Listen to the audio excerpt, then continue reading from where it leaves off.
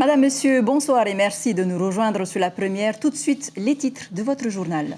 La douleur de Moïse est indicible. Sa bien-aimée, 23 ans, enceinte, a été fauchée il y a 2 jours, juste devant leur domicile à Tautira, alors qu'elle traversait la route. Un drame qui pose la question de la sécurité du réseau routier à cet endroit. Le jeune pilote Tamatoa reste introuvable depuis samedi. Les pompiers de FAA, Pire et Paea sont venus en renfort pour accélérer les recherches dans les vallées de Tevayuta et Papara. En politique, le président Fitch et les élus indépendantistes à l'Assemblée sont tombés d'accord pour ouvrir une commission d'enquête sur le nucléaire. C'est à voir tout à l'heure. Titeti AIA, c'est un nouveau dispositif d'aide pour booster le secteur touristique et offrir en même temps des séjours dans les îles accessibles à tous les portefeuilles. David Chang est avec nous, il nous explique comment ça marche et à combien s'élève cette aide du pays. Enfin, pour terminer, rencontre avec Punua Tamaehu, spécialiste de la navigation ancestrale. Il veut aujourd'hui transmettre son savoir à ses enfants. C'est à voir dans votre rubrique Aïe Fénois. Il faut faire attention aux piétons et aux 2 roues. C'est le message de Moïse, le compagnon de la victime âgée de 23 ans, mortellement percuté par un conducteur à Tautira dimanche après-midi. Son concubin est meurtri, vous allez le voir.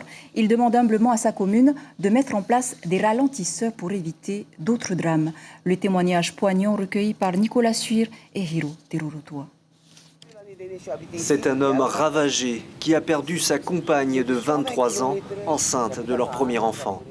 Elle traverse la route à 15 h dimanche quand une voiture à vive allure la percute très violemment et la traîne sur plus de 50 mètres. Bouleversé, des pensées très noires ont commencé à mûrir dans l'esprit de Moïse. Ça m'a donné envie de ne plus travailler, de ne plus vivre, de partir. Et après, j'ai réfléchi et me suis dit non, je dois me focaliser de faire payer au coupable ce qu'il a fait. Malgré que ça m'a donné envie de le tuer au début, j'avais une grande rage. Mais mon amour, elle n'aurait jamais voulu que je fasse ça pour éviter de gâcher ma vie. Aux alentours, les voisins s'accordent à dire que les véhicules roulent trop vite. Ça roule très vite. Surtout, il y a des motos. Hein? Il y a des motos. On dirait qu'ils n'ont pas de frein. Hein? Ceux qui viennent se promener le week-end et tout, eh bien, ils tochent quoi. Hein? Et c'est un peu dangereux. Ceux qui habitent côté montagne, ils traversent la route, et bien, les voitures, ils tochent et puis ils ralentissent pas. Et moi, ce que je voudrais, qu'on met un ralentisseur ou un passage clouté. Des zones accidentogènes ont été identifiées à Tayalapu-Est par la municipalité. Il est envisagé de revoir un peu la vitesse de circulation sur certains tronçons. Il y en a sur Afaïti, il y en a sur Poueux et il y en a sur Tautira. C'est-à-dire mettre des limitations? Des limitations de vitesse, de descendre jusqu'à 40 km à l'heure, 40, 50 km en fonction du lieu. Quoi. Il y a 2 ans, un adolescent de 14 ans avait perdu la vie dans un accident de vélo à quelques kilomètres. Ralentisseur ou limiteur de vitesse, quel que soit le choix retenu, il y a urgence à le mettre en place le plus tôt possible.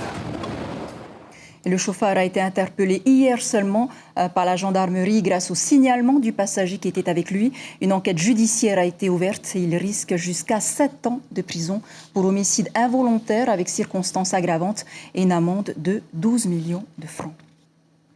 Du côté de la côte ouest, Tamatoa, le jeune pilote disparu samedi à bord de son avion, n'a toujours pas été retrouvé. Ce mardi, les pompiers de FAA, Pire, Paea et Tevayuta ont quadrillé toute la zone partant de Tevayuta à Papara, aidés par des drones, car c'est dans ces zones que l'avion a été aperçu par des habitants avant qu'il ne disparaisse des radars. Suliane Favnek et Patrick Tsinsing. On essaie en fait de monter en fait sur les hauteurs pour avoir un peu plus de visibilité. J'ai envie de le retrouver aussi, comme toute ma famille. Donc ouais, c'est mon petit frère. Jérémy participait ce matin aux recherches dans la vallée de Tuna, à Papara. C'est ici qu'elles ont débuté à 7h30, car c'est ici que les habitants affirment avoir entendu un grand boom samedi vers 17h.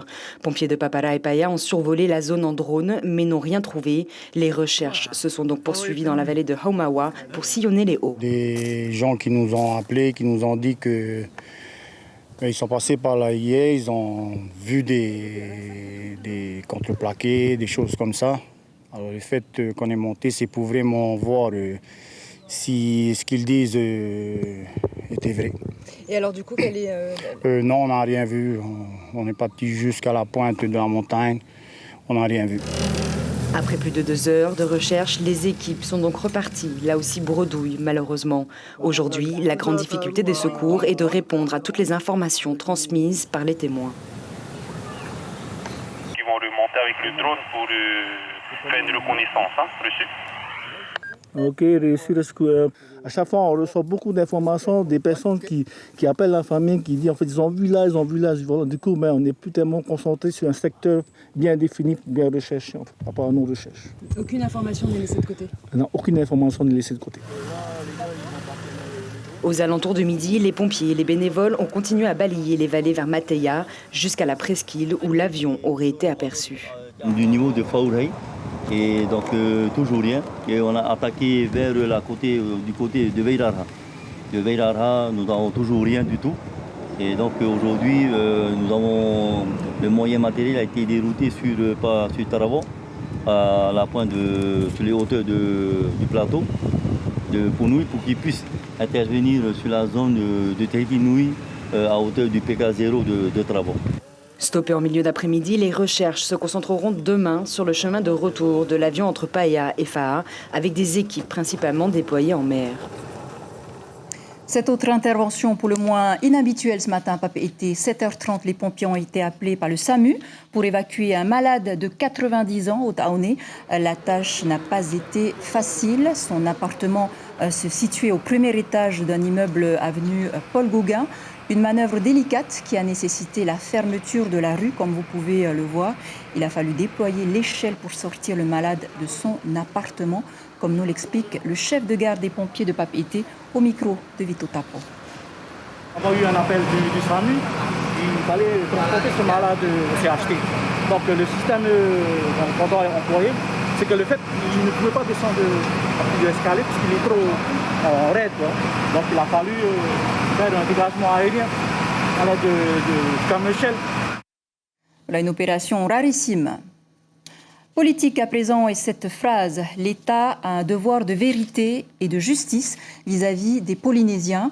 C'est ce qu'a déclaré le président Fritsch ce matin en ouverture de son discours à la 3e séance de la session extraordinaire de l'Assemblée. Une réplique aux militants antinucléaires. Selon ces derniers, Édouard Fritsch a reçu un rapport en 2020 sur les conséquences des essais. Un rapport tenu secret. Faux, a-t-il répondu. Les précisions de Brigitte Olivier et Mirko Van Fou. Un discours enflammé, le président Fritsch n'a pas apprécié qu'on le soupçonne d'avoir caché depuis un an un dossier top secret sur les essais nucléaires. C'est faux, affirme-t-il, et de s'insurger qu'on puisse le prendre pour ce qu'il n'est pas. Comme si j'étais un gardien du temple, du dogme de la bombe propre. Quant au livre toxique, il n'y a pas trouvé de révélation fracassante. Tout le monde sait dans cette assemblée que le nuage radioactif a touché Rikitea dès le premier tir en 1966, précipitant le départ des autorités nationales et des autorités locales qui étaient présentes à Mangareva, dont le général Biot, qui était ministre de l'Outre-mer, et un certain Gaston Floss. Et de parler de la confiance flouée, du poison, de la défiance instillée par un État qui n'a rien voulu dire, des conséquences de 193 essais, dont 47 aériens. Il rappelle que lui aussi est un enfant de l'ère nucléaire qui jouait sous le préau de son école quand Centaure a touché Tahiti. Désormais, cette histoire doit être connue de tous et sera donc enseignée du CM1 à la terminale. Il lui est aussi insupportable que les données de la radioactivité soient remises en cause tous les 3 ans, mais une vraie discussion avec l'État et l'exigence de la vérité ne peuvent être obtenues que si tous les Polynésiens parlent d'une même voix. Mais cet état d'esprit nécessite de notre part, je pense, une union sacrée. Aujourd'hui, c'est fait. Il faut réparer. Nous devons travailler ensemble. Enfin, tous ces essais ont finalement coûté beaucoup plus à la Polynésie qu'ils n'ont rapporté. Et la CPS, par exemple, a pris en charge près de 10 000 malades victimes de cancers radio-induits, alors que seulement 63 d'entre eux ont été indemnisés. Ce ratio n'est plus tenable. Il faut que l'État paie cette dette. Hein? Bon, après, il faut qu'on soit d'accord sur les chiffres. Mais bien sûr que c'est beaucoup d'argent. Les essais ont duré 30 ans. La reconstruction pourrait durer 30 ans aussi. Voilà, vous l'avez entendu, le président Fritsch a demandé un Grenelle du nucléaire et une union sacrée de tous les partis. Le groupe Tavini à l'Assemblée est d'accord pour travailler avec tous les élus de Tarahui. Dans une proposition adressée à Gaston Tongsong, le président de l'Assemblée, eh bien, le Tavini demande la création d'une commission d'enquête. Brigitte Olivier et Mirko Vanfou. Ravis au Tavini, voilà enfin le discours qu'ils attendaient. Le discours d'un président bien énervé par les manquements de la France. Une France qui tergiverse, essaie de gagner du temps, minimise par la voix de ses 8 derniers chefs d'État les dégâts et les souffrances infligées à un peuple dont le seul tort est de vivre à 18 000 km de l'Hexagone. Les indépendantistes ont porté le dossier des essais nucléaires devant le tribunal international de La Haye et réclamé leur droit à la souveraineté à l'ONU. Ils estiment avoir subi des représailles pour cela. Alors cette union sacrée que leur propose Édouard Fritsch, ils la saisissent au vol et vont illico déposer un projet pour la création d'une commission d'enquête composée de 2 représentants de chaque groupe parlementaire. Je crois que les grands esprits se sont rencontrés, on dirait, sans télépathie, puisqu'il a parlé de transparence et de vérité. C'est la démarche du Tavini Wiratira depuis le départ, depuis le début de sa création, depuis le combat antinucléaire, depuis le dépôt de sa communication à La Haye sur des questions de crimes contre l'humanité. Aujourd'hui, ce n'est pas le Tavini en tant que parti, mais c'est le groupe à l'Assemblée qui souhaite rebondir finalement sur le consensus qui a pu s'afficher la semaine dernière et qui vient d'être finalement scellé par les propos du président ce matin. Au nom donc de la transparence et de la vérité, il souhaite maintenant que tous les représentants, qu'ils soient autonomistes ou indépendantistes, obtiennent de la France de réels dédommagements, sa demande de pardon et peut-être aussi sa condamnation au nom du risque transgénérationnel qui n'est plus un fantasme de militants. Tourisme, en attendant le retour des visiteurs étrangers, relancer l'économie touristique à l'échelle de nos îles et offrir des séjours accessibles à tous les portefeuilles, c'est l'objectif du dispositif Titeti Aya proposé par le ministère du Tourisme, traduisez un billet pour mon pays. Il s'agit d'une aide pour permettre aux familles de voyager dans les archipels. Les inscriptions des professionnels ont débuté aujourd'hui. Une offre très alléchante aussi pour les résidents. David Chang est avec nous. Justement, à combien s'élève cette aide? Alors, ça dépend où est-ce que vous voulez aller, Chiquita. Prenons par exemple cette carte de la Polynésie française, Tahiti, juste ici. Si vous voulez aller par exemple dans les îles du vent, c'est-à-dire à Moorea, eh bien ce sera 4 000 francs d'aide. Si vous allez un petit peu plus loin, aux îles sous le vent, ce sera 8 000 francs. Et ainsi de suite, si vous allez au Tuamotu, ce sera 12 000 francs. Et si vous allez aux Marquises, aux Gambiers ou bien aux Australes, ce sera une aide de 16 000 francs. Alors, il faut noter que ce sont les tarifs seulement pour les adultes. Pour les enfants, ce sera 50% de ces aides-là. Prenons par exemple une famille, pour que ce soit plus clair.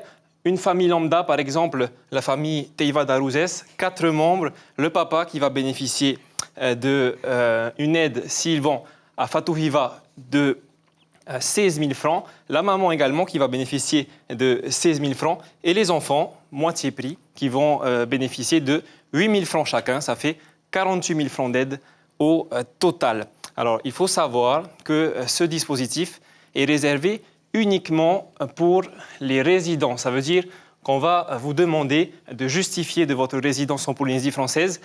Autre chose à noter, c'est qu'il faut partir minimum à 2 personnes et minimum pour 2 nuitées. Et ça marche une seule fois pendant l'année 2021. Autre chose à noter, c'est la liste qui a été dressée par la ministre du Tourisme, Nicole Boutot. Alors, une liste qui met en avant tous les organismes qui participent à ce dispositif. Les hébergements terrestres avec service de restauration, ce sont en grande majorité les pensions de famille, mais encore les croisières ou encore les activités nautiques, Chiquita. Comment bénéficier de cette aide alors? Alors, c'est assez simple. Tout se passe sur Internet. Il faut aller sur le site www.tteti-ia.pf. Vous ferez ensuite une simulation de voyage, comme on vient de faire.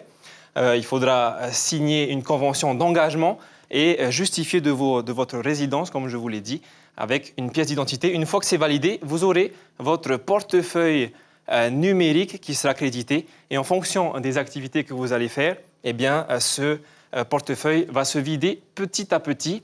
Alors, enfin, Chiquita, il faut noter que en Polynésie, les Polynésiens déclarent 16 milliards de francs quand ils partent en voyage à l'étranger. Ça, c'est pour une durée de 1 an. C'est cette somme que le pays souhaite canaliser pour la redistribuer dans l'économie locale. Merci beaucoup, David Chang, pour cet éclairage. Et selon le syndicat polynésien des centres de plongée, certains risquent de mettre la clé sous la porte si les frontières restent fermées. Thibaut Gachon, président du syndicat, viendra en parler justement dans le cadre de l'invité café de votre matinale radio demain. En tous les cas, le président Édouard Fritsch l'a annoncé aussi ce matin qu'il souhaite rouvrir les frontières dans le courant du mois de mai pour rebooster le tourisme. Les indicateurs de la Covid-19 le permettent puisque l'on compte seulement 60 cas actifs aujourd'hui, 15 cas supplémentaires ces dernières 24 heures, 9 hospitalisations dont 5 en réanimation. Plus de 14 000 personnes ont reçu leur primo-vaccin, plus de 5 800 la seconde injection. Et vous le savez, à compter de ce soir, les roulottes et restaurants peuvent ouvrir jusqu'à 22 heures. Un bol d'air qu'attendaient depuis longtemps les restaurateurs. Et pour tâter le pouls de ce relâchement des mesures sanitaires, nous rejoignons en direct de la place Vaïté Patrick David Roulotier. Bonsoir. Bonsoir. Ouvrir jusqu'à 22 heures tous les soirs maintenant, c'est une bouffée d'oxygène pour vous?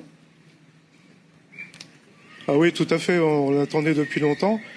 Ça va nous permettre de faire 1 heure de plus, effectivement. Et ça va changer un petit peu pas mal de données. Ouais. Comme quoi, par exemple? Augmenter notre chiffre d'affaires qui était tombé au plus bas. On travaillait effectivement que 3 heures dans la soirée. Là, on va travailler 4 heures au lieu des 7 habituels. Donc ça va améliorer légèrement notre chiffre d'affaires. En termes de chiffre d'affaires, on peut estimer un petit peu la baisse que cela a occasionné pour vous? C'est allé de moins 50 à moins 60%. On est remonté en juillet-août l'année dernière, comme c'était bien reparti avec les touristes. Et puis là, depuis les confinements, c'est une catastrophe. Et comment vous faites pour les loyers avec les locaux. Pour les loyers, c'est une question assez intéressante parce que on dépend du port autonome, mais en fait, on n'a pas trop de contact avec eux depuis fin 2019.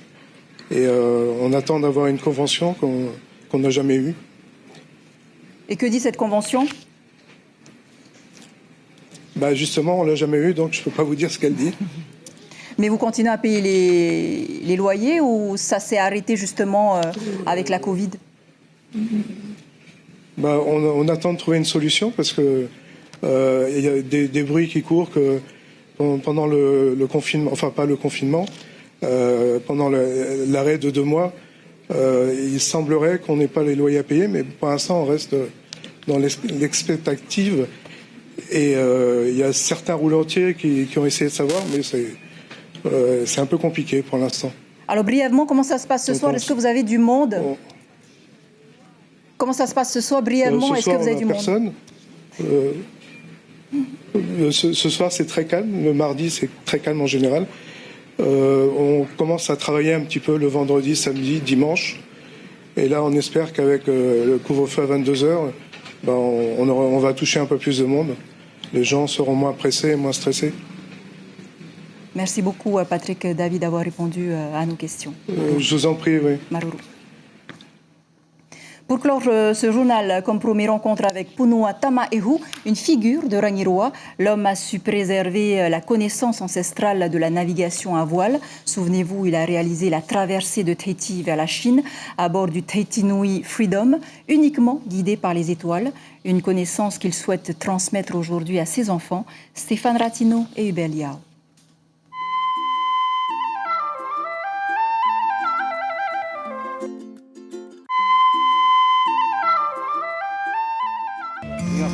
Le ciel sur la terre, avec ses pieds à même le sol, Pounoua répète inlassablement à son fils le langage des étoiles.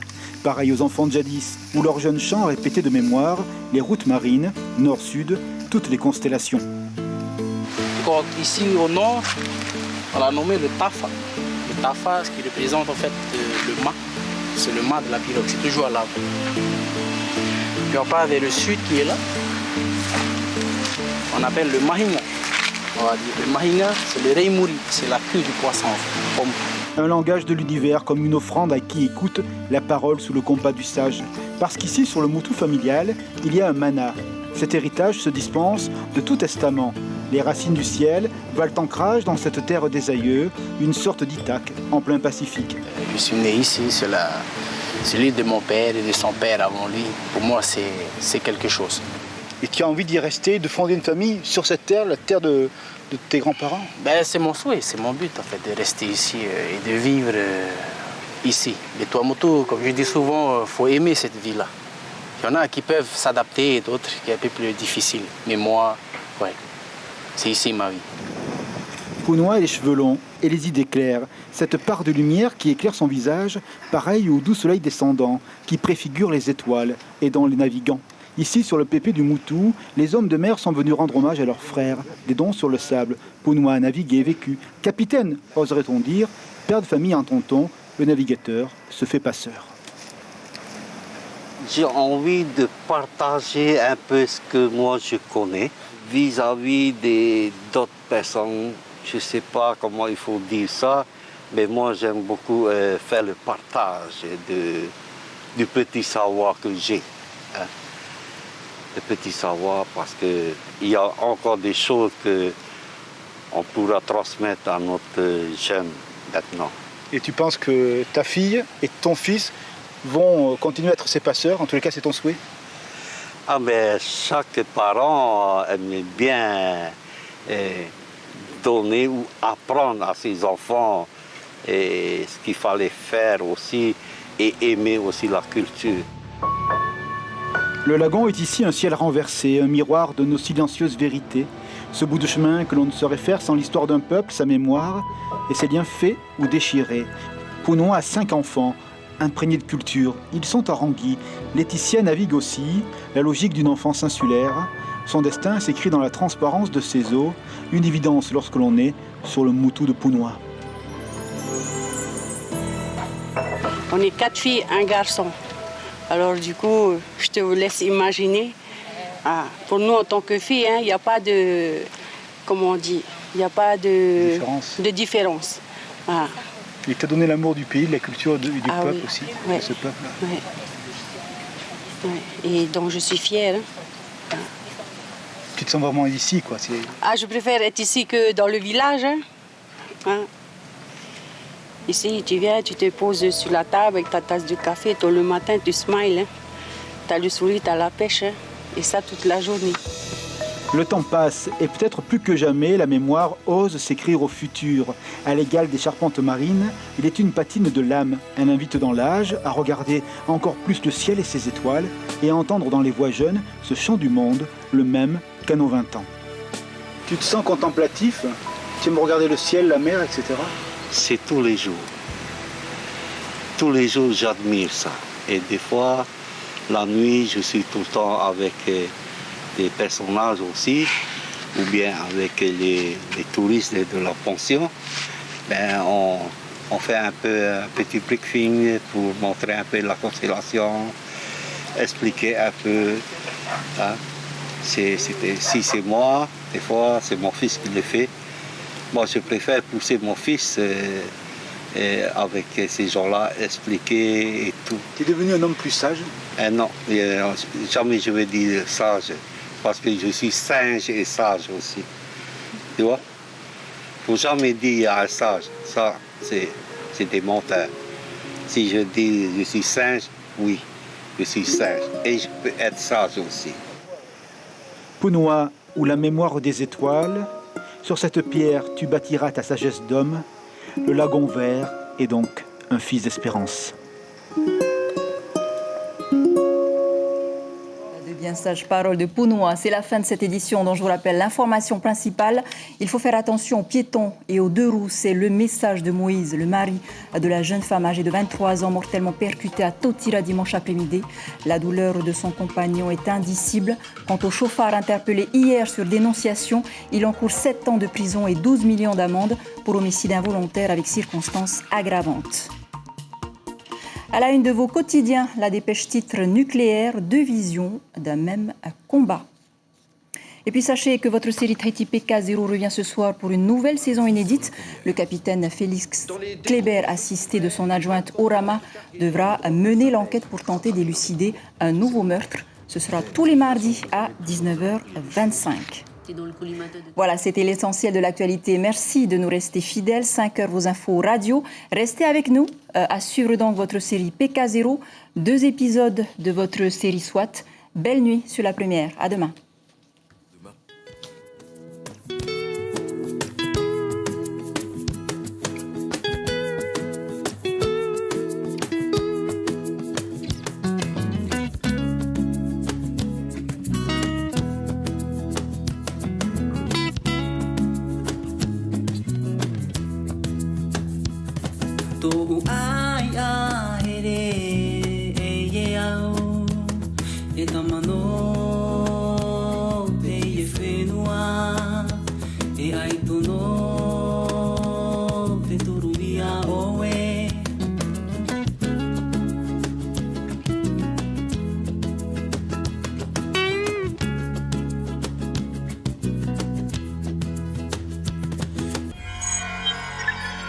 Retrouvez ce programme en replay sur notre site internet